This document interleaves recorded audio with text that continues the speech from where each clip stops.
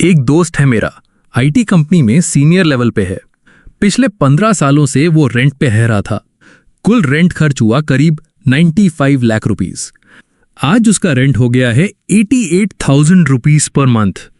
उधर वही 3 BHK property जो वो 2009 में देख रहा था, उसकी कीमत अब 3 गुना बढ़ चुकी है। उसने तब नहीं खरीदा, अब अफोर्ड करना मुश्किल हो गया है।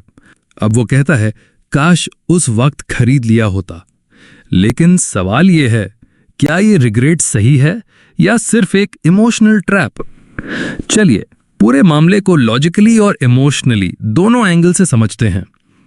इंडिया में घर का मतलब सिर्फ एक एसेट नहीं होता। घर एक सुरक्षा, पहचान, शादी की एलिजिबिलिटी और सेटल्ड का स्टेटस सिंबल। पेरेंट्स पूछते हैं कब तक किराए पे रहेगा, अपना घर नहीं है अब तक। शादी के रिश्ते आते ही पूछते हैं घर ओन करता है ना। और जब आपके दोस्त, कलीग सब घर खरीद लेते हैं तो वो रिग्रेट और भी गहराता है। लेकिन ये रिग्रेट हमेशा सही नहीं होता।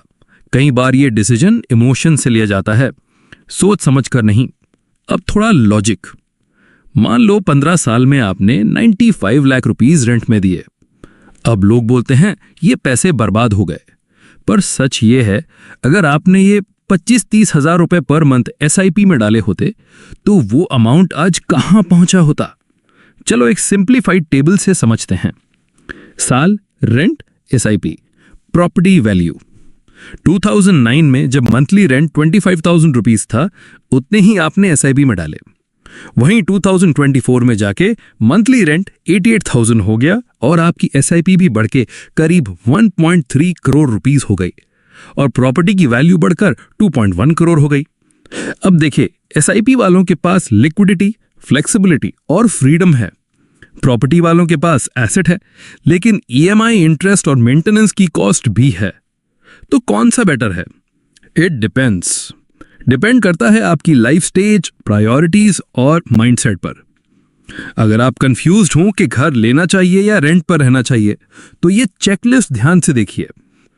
क्या आपका जॉब अगले 5 से 10 साल स्टेबल रहेगा? क्या आपके पास कम से कम 20-25% डाउन पेमेंट रेडी है? क्या आपकी EMI आपकी मंथली इनकम का 35% से कम है? क्या करंट रेंट फ्यूचर EMI के बराबर या उससे ज्यादा है? क्या आप मेंटली और फाइनेंशियली रेडी हो ओनरशिप के लिए? अगर इन 5 में से 3 या ज्यादा का जवाब हां है, तो शायद आपके लिए घर खरीदना सही टाइम है। वरना रेंट पर रहना प्लस SIP करना अब भी एक स्मार्ट डिसीजन है। दोस्तों, हर किसी का सल्यूशन अलग होता है। किसी के लिए घर पीस देता है तो किसी के लिए फ्रीडम ज्यादा इंपॉर्टेंट है।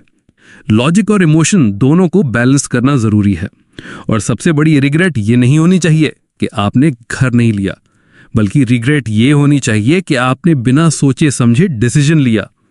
तो सोचिए, समझिए और फिर फैसला लीजिए, बिना गिल्ट, बिना प्रेशर।